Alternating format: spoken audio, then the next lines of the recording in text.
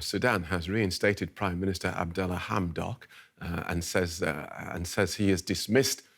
The reinstated Prime Minister says he has dismissed the country's police chiefs in response to a brutal crackdown on protesters.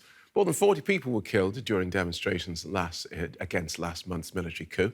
Though the army has now signed a new agreement with civilian leaders, many in Sudan are still wary. DW correspondent Mariel Müller met with some of those who demonstrated despite the risks. They are back. Thousands of protesters on the streets in Khartoum. Many of them are angry. For us, anything that's not going to take the military out of the political and civil life in Sudan is completely refused. We want the military back in the barracks. The power is to the people, and the military should be back in the barracks. The people here are demonstrating against a new power-sharing deal that was recently signed between Prime Minister Abdallah Hamdok and the army chief, General Abdel Fattah al-Burhan. That deal saw the Prime Minister reinstated.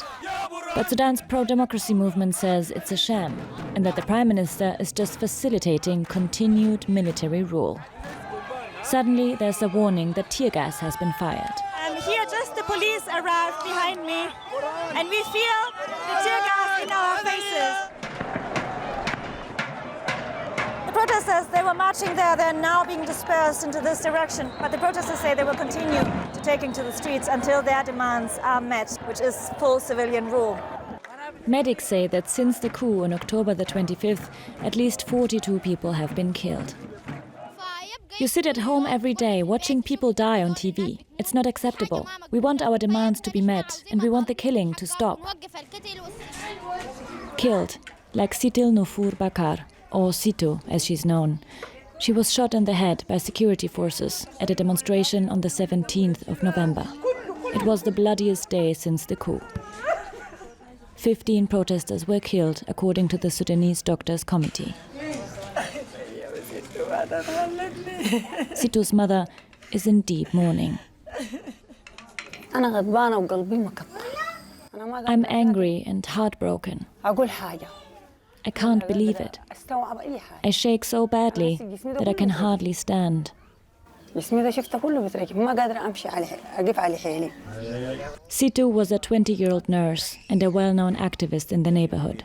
She went to the protest alone that day.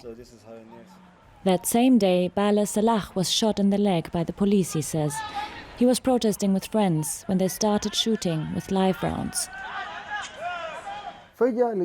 We quickly realized they were aiming for our heads. A friend of mine was shot in the head. He was lying on the ground in front of me, wounded. I went to pull him away, but then I was shot in the leg. His friend died. Another friend was also fatally shot that day. Several more were injured. Despite the danger, he says, it was important to go out on the streets. Growing up, I only knew military rule. It is only oppression and terrorism. We're demanding civilian rule so we can be free. We want freedom, peace, and justice.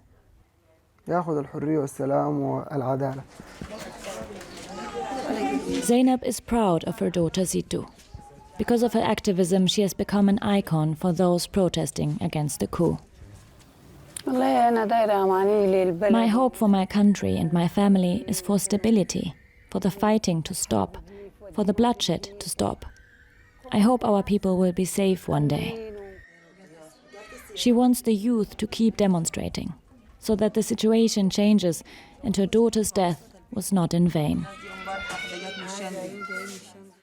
Well, that report was produced by DW correspondent Mariel Müller, who joins us from the Sudanese capital, Khartoum. Welcome, Mariel.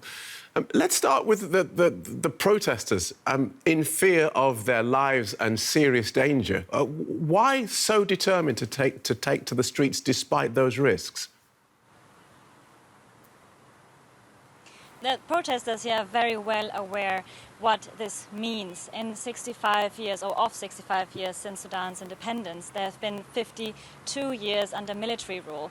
So in 2019, after these peaceful demonstrations, after the popular uprising that caused the ousting of former autocrat Omar al-Bashir, people really hoped that things are going to finally change for them. The first time for many of the young people, the first time in their generation. So now these hopes have been crushed on the 25th of October and on the day of the coup, of the military coup, and also now with this recent deal struck between the Prime Minister Abdallah Hamdok and the Army Chief General al-Burhan. It meant for many that this is a betrayal from the side of the Prime Minister. Why did he do that? They say the military shouldn't be part of the government. And so now they hope that the momentum of the demonstrations can stay, and people are still convinced to go out on the streets, because we also heard of some, not many, not the majority for sure, some demonstrators who tell us, well, we think this could be a step into the right direction now. So maybe we should not be so much anymore on the streets. But this is really just a part of the demonstration movement, so we're really curious to see how this is going to turn out. You mentioned the Prime Minister there, Abdallah Hamdok, reinstated by the military. Is the presumption there amongst people that he's just a military puppet? Yes. So that is exactly what many people think here. This agreement that he signed, the deal, it leaves, unfortunately, a lot of space or room for interpretation. So there's two sides, one side including the Prime Minister, who has also voiced that in many interviews. He said, well, I have the freedom, I have the power in choosing my cabinet ministers of this future technocratic government. So he's pretty confident about that.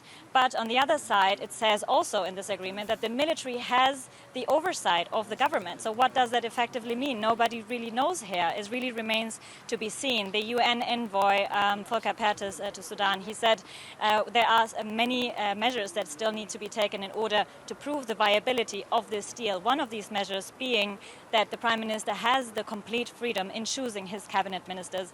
Other measures are, for example, the release of all detainees. Now most of the politicians, actually all of them, have been released, but not many activists, many political activist people.